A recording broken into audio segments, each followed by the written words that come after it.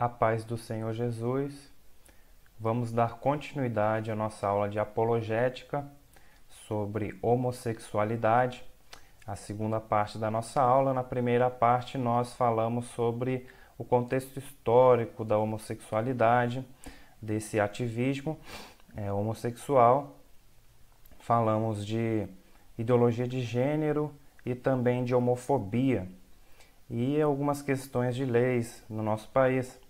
Agora falaremos especificamente do texto base da nossa aula, que é Romanos capítulo 1, e também falaremos dos erros teológicos que vêm sendo pregados, defendendo a prática homossexual como uma prática santa diante de Deus. Veremos esses equívocos e veremos o que a Bíblia fala a respeito de homossexualidade. Então vamos lá. A leitura de Romanos 1,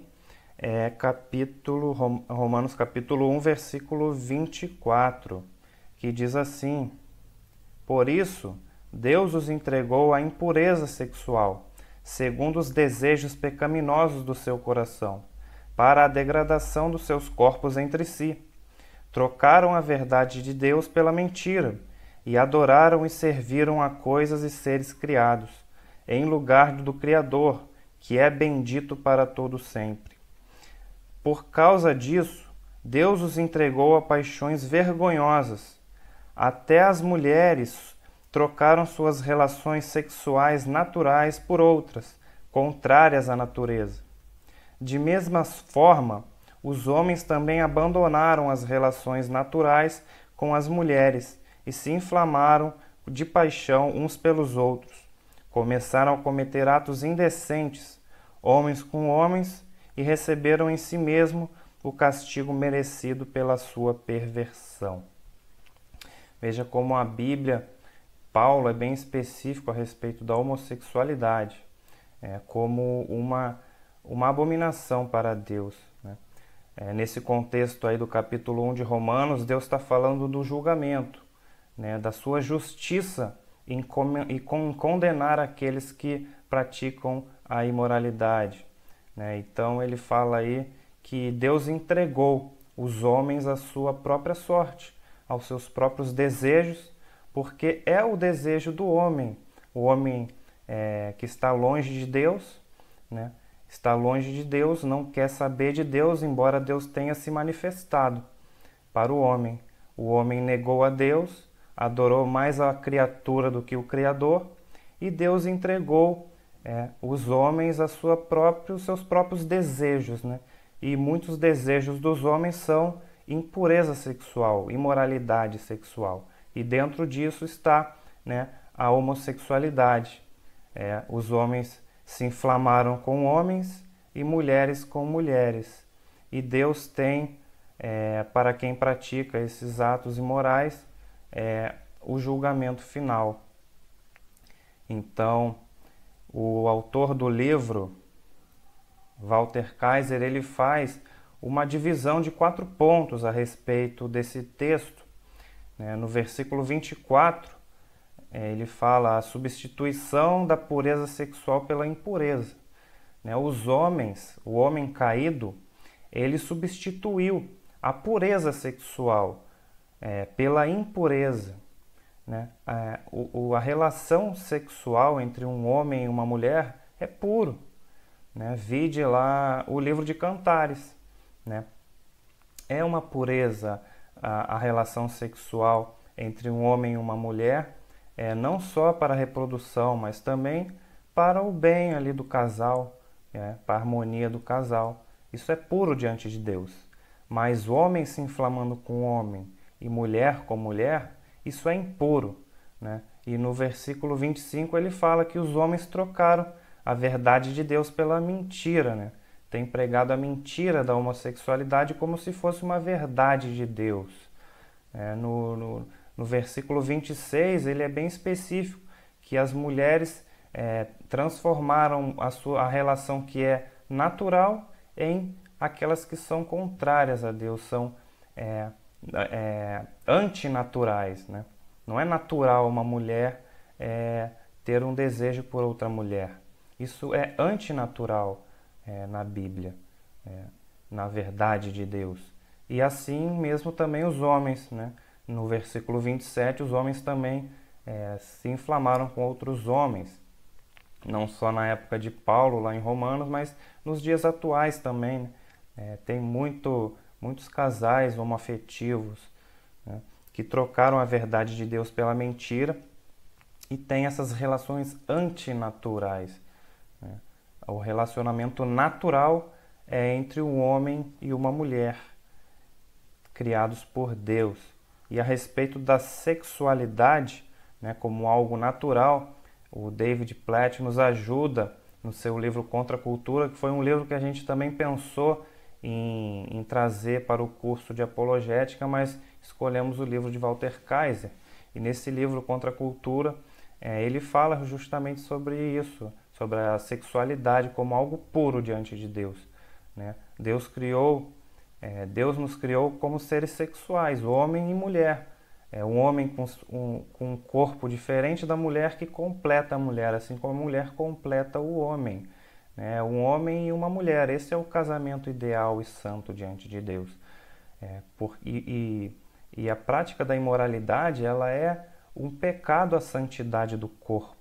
O nosso corpo, lá em 1 Coríntios 6,13, Paulo explica que o Senhor é para o corpo e o corpo para o Senhor. O nosso corpo é templo do Espírito Santo. Ele é um templo santo e a imoralidade sexual, a prática do homossexualismo, ele deixa o corpo impuro diante de Deus. Então o Espírito Santo não pode habitar num corpo impuro. Então ele traz a questão da cosmovisão. Por que as pessoas acham que o homossexualismo é verdade? É algo que possa ser defendido e praticado como algo puro diante de Deus? Porque é a questão da cosmovisão. É o ponto de partida que a pessoa tem, que é diferente da Bíblia.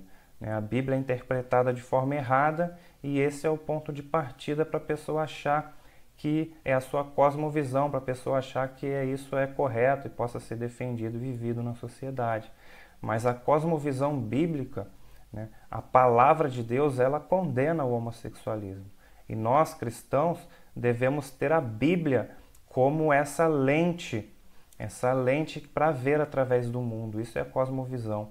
É nós termos a Bíblia como uma lente para ver o mundo, da forma como a Bíblia diz que o mundo é, e não da forma como o nosso próprio coração acha que é o certo ou o errado. Nós vivemos numa cultura hedonista, né, que quer satisfazer o corpo de qualquer forma, independente se agrade a Deus ou não. Mas nós cristãos não podemos agradar a nós mesmos, mas abnegarmos o nosso corpo aos seus desejos para ser santo diante de Deus. É um lema aí do feminismo nos dias atuais, meu corpo, minhas regras. Então as pessoas fazem do corpo o que querem, mudam de sexo, né, por cirurgia, fazem o que querem com o seu corpo, né, e isso não é santo diante de Deus, não é defendido por nós cristãos. Prosseguindo.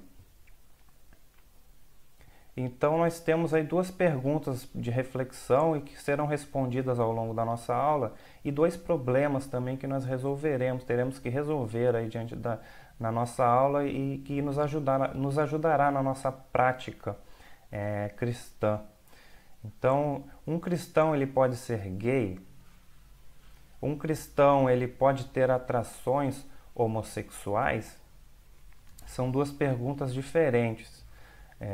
Um cristão não pode ser gay, mas existe cristão que tem atração sexual, uma atração física por uma pessoa do sexo oposto?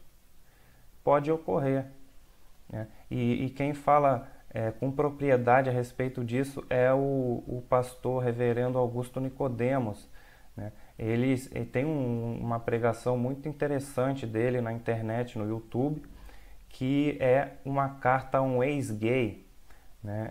É uma carta fictícia que ele transformou isso num estudo, numa pregação muito interessante, recomendo ver, que ele escreve uma carta a um cristão que se converteu ao Evangelho, e esse cristão, ele se converteu, se casou com uma mulher, e depois de um tempo de casado, ele voltou a ter atrações, ser tentado a ter atrações por um sexo oposto, né? Por um outro homem. E ele estava ali lutando contra aqueles desejos. Só que o fato dele ter essas tentações estavam fazendo com que ele abandonasse o Evangelho, porque ele estava achando que ele não havia sido convertido pelo fato de ter esses desejos, né? Então, o pastor que escreveu a carta para ele disse que é natural um cristão, após a conversão, o velho homem desse cristão tentar ele a praticar coisas do seu passado, né? Todos nós temos um velho homem no nosso corpo, mas nem todos têm esse desejo por o sexo oposto. Mas quem já foi um homossexual, talvez essas tentações voltem. E ele tem que lutar contra esses desejos. Não é pecado ele ter essas tentações. O pecado é ele se entregar aos seus desejos, né? Então, pode ter cristãos convertidos que tenham desejos, né? Sejam tentados a praticar a homossexualidade, mas devem lutar contra esse desejo pecaminoso. Então, daí surgem duas problemáticas, né?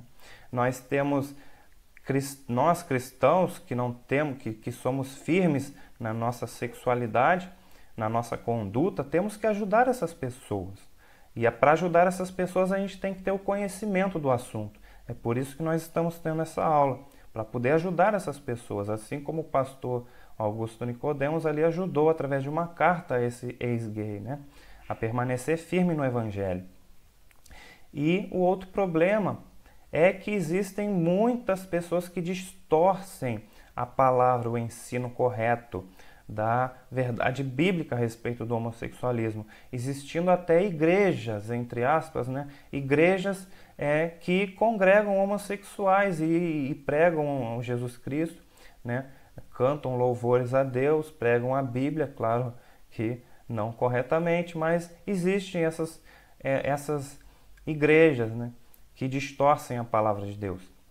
Então vamos resolver esses problemas através desse estudo. Então, quais são os erros teológicos a respeito do homossexualismo? Ele vem através da teologia inclusiva, né, que surgiu nos últimos anos, a teologia inclusiva.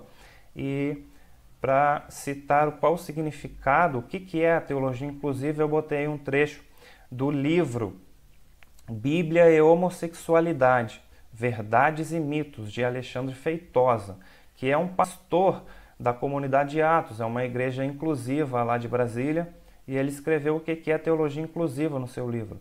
É a busca de demonstrar pelas escrituras sagradas que a homossexualidade constitui outro aspecto da alteridade humana, tão natural quanto a cor da pele e dos seus olhos, por exemplo. Não constitui em si uma nova teologia, mas um aspecto teológico fundamentado na dignidade da pessoa humana, nas necessidades individuais de homens e mulheres e na valoração da identidade de cada ser humano, criado à imagem e semelhança de Deus.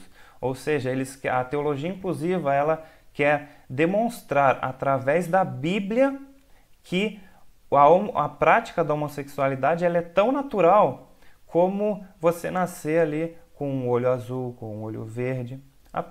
Para eles, a pessoa nasce, né, com um gênero que não seja um homem biológico ou uma mulher biológica. Eles querem demonstrar através da Bíblia, né? Através da Bíblia. Então, alguns dos erros teológicos dele para demonstrarem, né, que a homossexualidade não é condenada por Deus, né? E é bem claro lá em Levítico 18:22, por exemplo, não te deitarás com um homem como se fosse mulher, é abominação, era a lei lá em Israel. Então eles dizem, né, para negar que é abominação a homossexualidade, eles falam, mas essa lei é do Antigo Testamento, que que também inclui proibições quanto ao comer carne de porco. Então isso significa que comer churrasco de linguiça também é pecado. A gente fala que homossexualidade é pecado, mas na Bíblia também fala que comer carne de porco é pecado. Então eles falam, se vocês cristãos comem carne de porco, então quer dizer que a homossexualidade é normal, porque vocês comem o que a Bíblia fala que é pecado, então a homossexualidade deveria ser natural. Mas é porque eles, no contexto geral da Bíblia, o Antigo Testamento, ele traz leis civis e cerimoniais que diziam respeito somente a Israel. E após Jesus Cristo, foi abolida a lei cerimonial e nós não temos a lei civil de Israel. O que permaneceu do Antigo Testamento para nós cristãos é as leis morais de Deus. O fato de o judeu não podia comer porco, carne de porco, é porque era uma lei cerimonial de Israel, quanto à pureza na cerimônia. E a homossexualidade era negada aos homens e às mulheres naquela época porque era uma lei moral. E a lei moral permanece em todos os tempos, porque a lei moral ela é baseada no caráter de Deus, e Deus é santo, e Deus não muda. Então a homossexualidade vai ser sempre, em todas as épocas, uma prática imoral, porque Deus não muda a sua moralidade. As leis cerimoniais de Israel não condizem a nós. Essa é a explicação aí desse erro teológico deles. Eles também dizem que a homossexualidade é condenada por causa da sua associação à idolatria da época. Deus somente não permitia naquela época, e também no Novo Testamento, principalmente em Corinto, a homossexualidade, porque isso era praticado nos templos pagãos. E hoje não tem templos pagãos ao nosso redor que praticam a homossexualidade. Então isso é algo que torna a homossexualidade natural nos nossos dias. Mas isso não é verdade. A imoralidade, a homossexualidade, ela não é somente condenada porque havia isso nos templos pagãos. Os homens dos templos pagãos eram contrários à palavra de Deus, não conheciam a Deus, praticavam a imoralidade.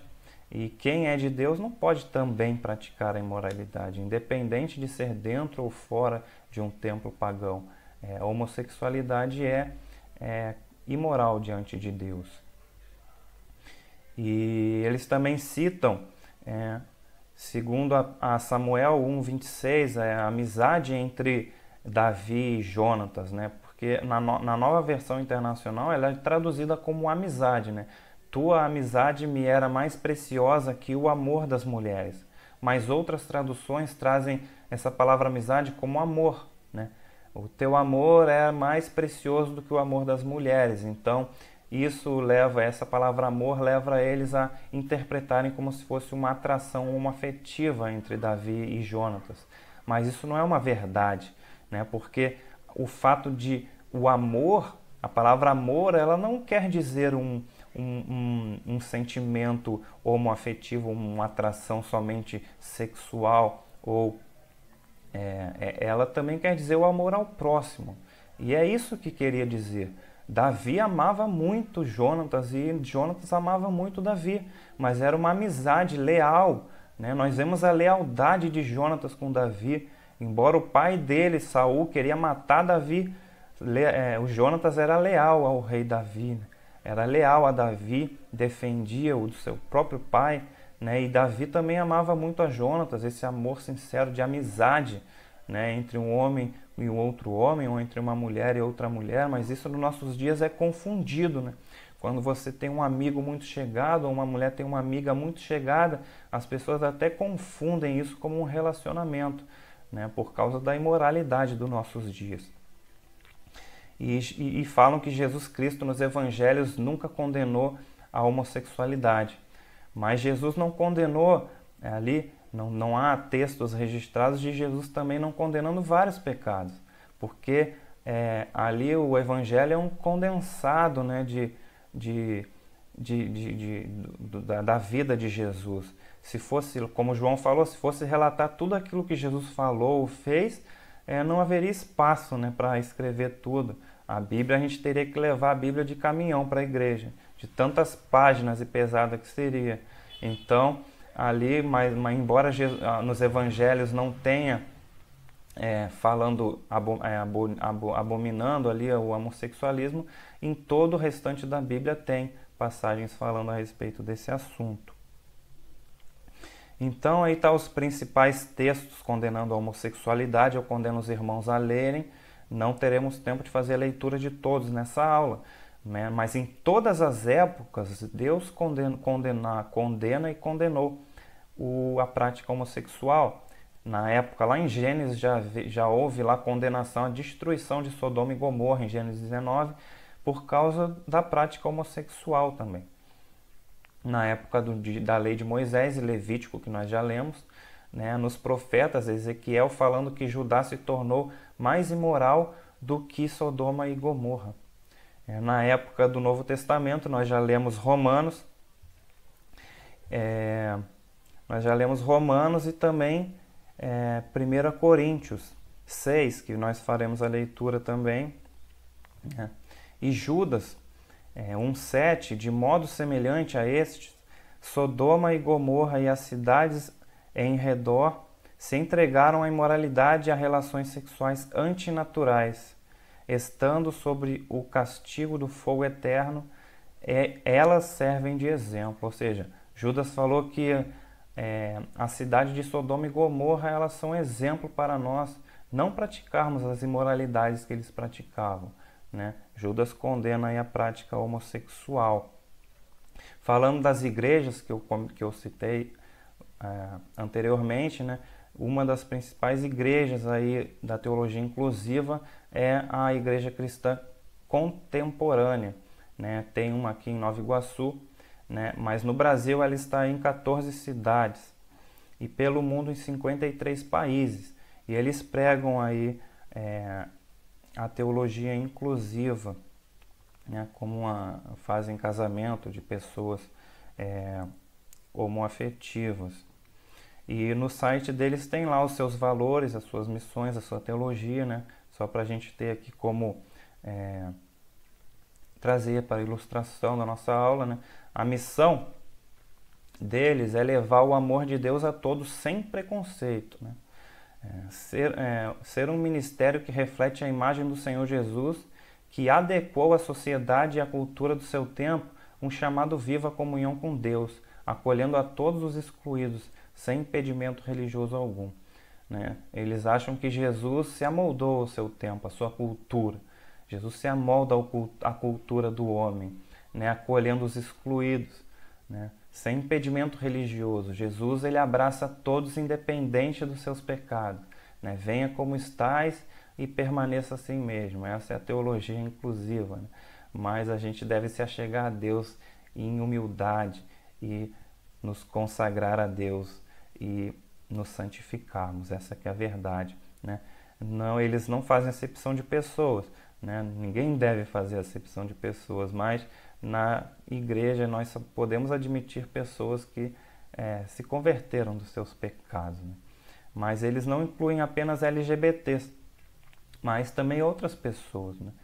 Outras pessoas que são adéquas a essa teologia, embora não sejam homossexuais.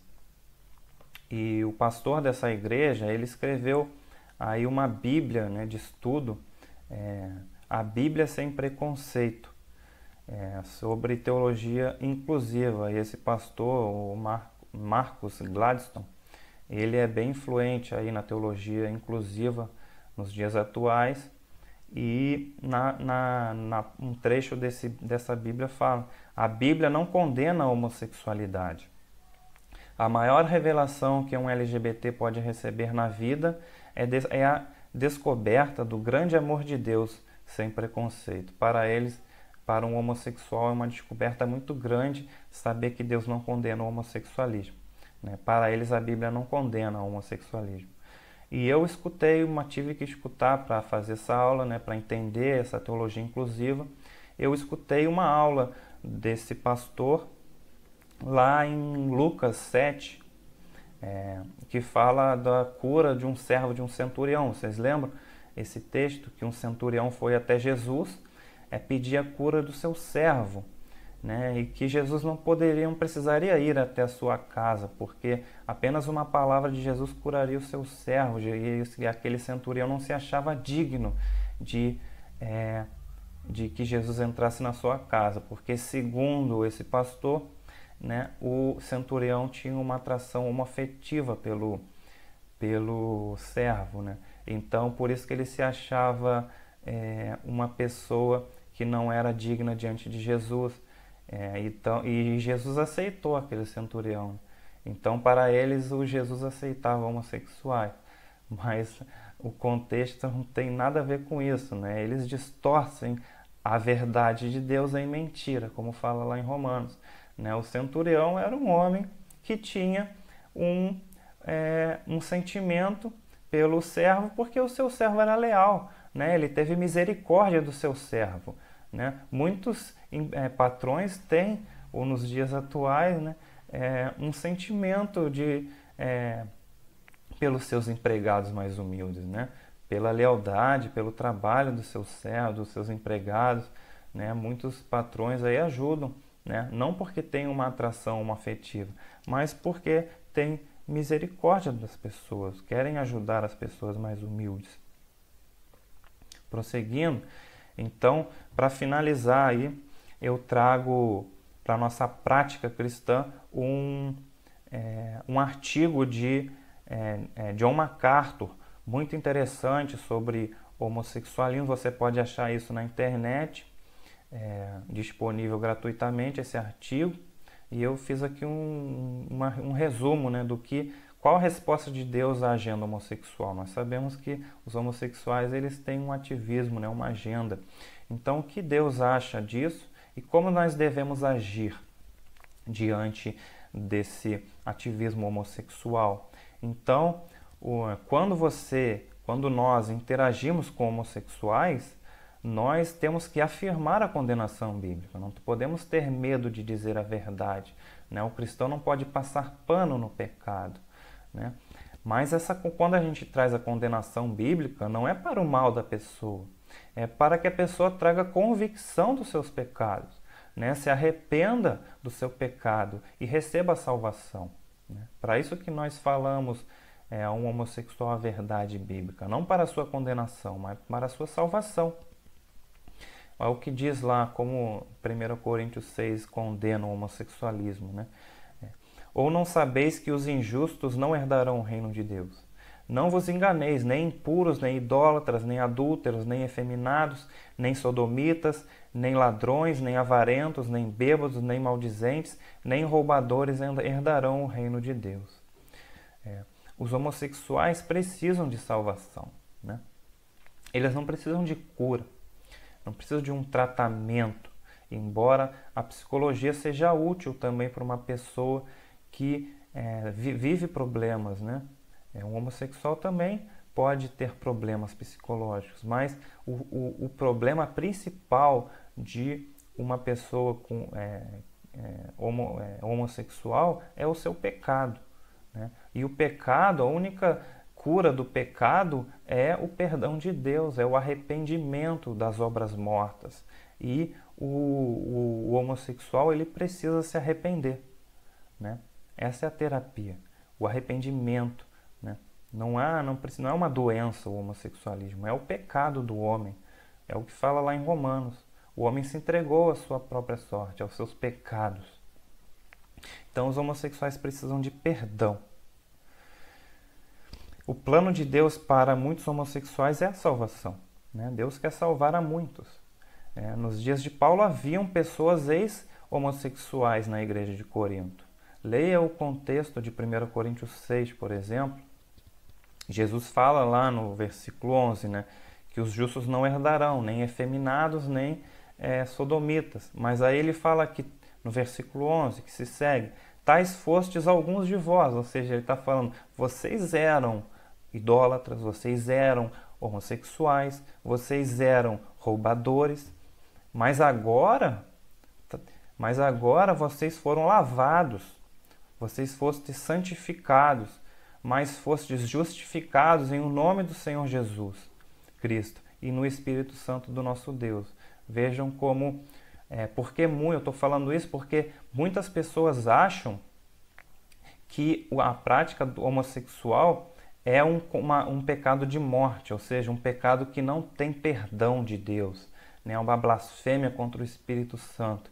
Mas, na verdade, a prática homossexual ela tem perdão de Deus, né? Se a pessoa se arrepender dos seus pecados e aceitar Jesus como Senhor e Salvador da sua vida e não pecar mais, ela será salva, né?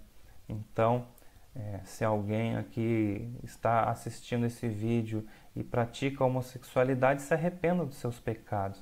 Creia em Jesus Cristo e você será salvo. E John MacArthur fala, não importa o tipo de pecado, quer seja homossexualidade, quer seja outra prática, Deus oferece perdão, salvação e esperança da vida eterna àqueles que se arrependem e aceitam o Evangelho. Finalizando então, qual deve ser a nossa resposta à agenda homossexual? Aí está 3 passos para nós agirmos, para finalizar como uma forma de conclusão da nossa aula. Então devemos oferecer uma resposta bíblica para essas pessoas. Para isso devemos estudar sobre o assunto. E esta aula foi aí uma ajuda para todos os irmãos, mas é uma aula básica, né? Você precisa se aprofundar mais no assunto, procurar sobre esse tema e sempre que você for falar sobre o assunto, falar a verdade bíblica, né? Confrontar com a verdade, né? Que condena a homossexualidade. A Bíblia condena a homossexualidade. Mas no tópico 2, né? Na segunda ação que a gente deve ter diante da homossexualidade, a gente confronta, mas não para condenar as pessoas, né? Você vai para o inferno. Não é para isso, né? A gente fala que a verdade bíblica para que a pessoa seja salva, né? Para que a pessoa se arrependa e creia em Jesus Cristo. E a última ação que a gente deve ter é permanecer fiel ao Senhor, né? Quando confrontarmos a homossexualidade, honrando a palavra de Deus e deixando que Deus faça o trabalho, né? Como eu já falei na aula passada, eu sempre me posiciono, né, a respeito desse assunto, porque eu já trabalhei com vários homossexuais, né, no meu trabalho e eu falo a Bíblia, a verdade, sem medo, né, das consequências, porque é a palavra de Deus, a palavra de Deus tem que ser pregada, e eu falei que eu já fui tratado como homofóbico por causa disso, né? Mas a gente tem que permanecer firme na palavra de Deus, sem medo das consequências que a palavra de Deus pode trazer na nossa vida, né? E deixar que o Espírito Santo haja no coração dessas pessoas. Amém? Então espero que essa aula tenha ajudado a vocês, né, a trazer informações, aí, ajudar os irmãos a ver qual é a mentira que tem sido pregada e a verdade de Deus, ensinar a verdade de Deus aos irmãos. E eu espero que essa aula tenha abençoado a cada um e Deus os abençoe, em nome de Jesus. Amém.